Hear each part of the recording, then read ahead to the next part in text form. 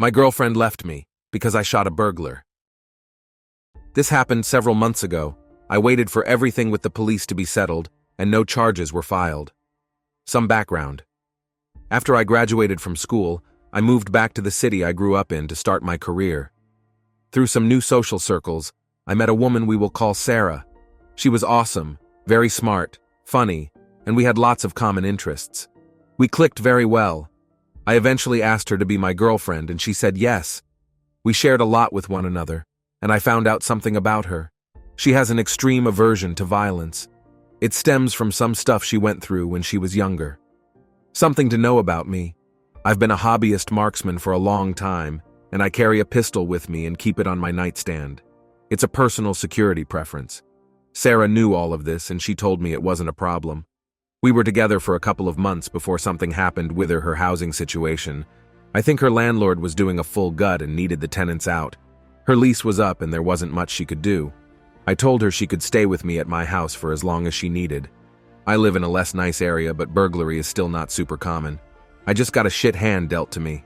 The house is pretty nice. I have 2 other housemates. The night of the incident, we were sleeping. It was 2:36 in the morning when I heard a really loud banging on the door.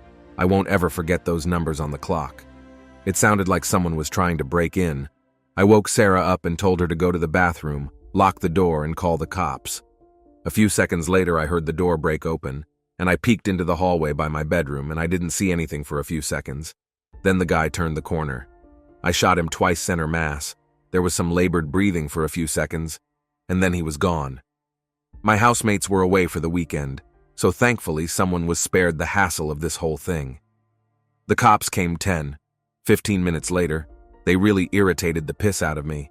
Rushed in hot-headed like some wannabe Captain America assholes, and were seemingly upset there wasn't anyone to shoot. They were asking a bunch of foolish questions like how long I'd lived in the house, and how did I know that he wasn't just one of my housemates, because my housemates would call me, not kick the door in. I told them that I did not know the man, and that I would be more than happy to cooperate after I had time to sleep and time to consult legal help. Then I would provide a full statement on the incident at the station. They seemed less than enthused that I wasn't spilling my guts to them, but they didn't have any reason to book me. The coroner came and carted off the corpse. I had to scrub the bloodstains out of the floorboards. All they do it, eliminate potential biohazards. I guess that means do half a job with bleach and a sponge. I didn't sleep the rest of the night and called out of work for the day. The following days weren't easy. Personally, I was doing fine. I don't really have any guilt over what happened.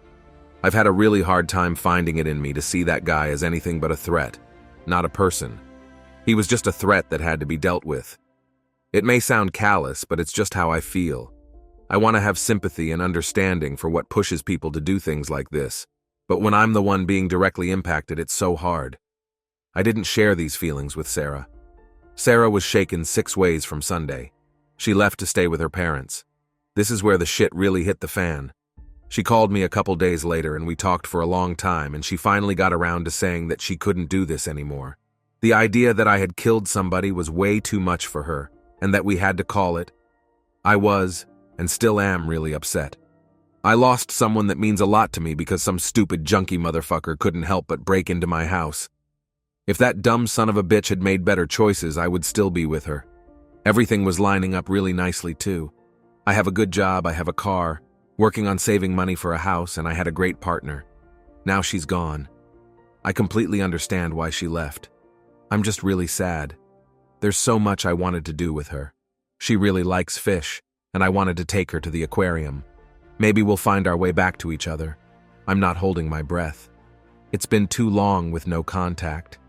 If you've lived a similar experience, I'd love to hear and talk about it.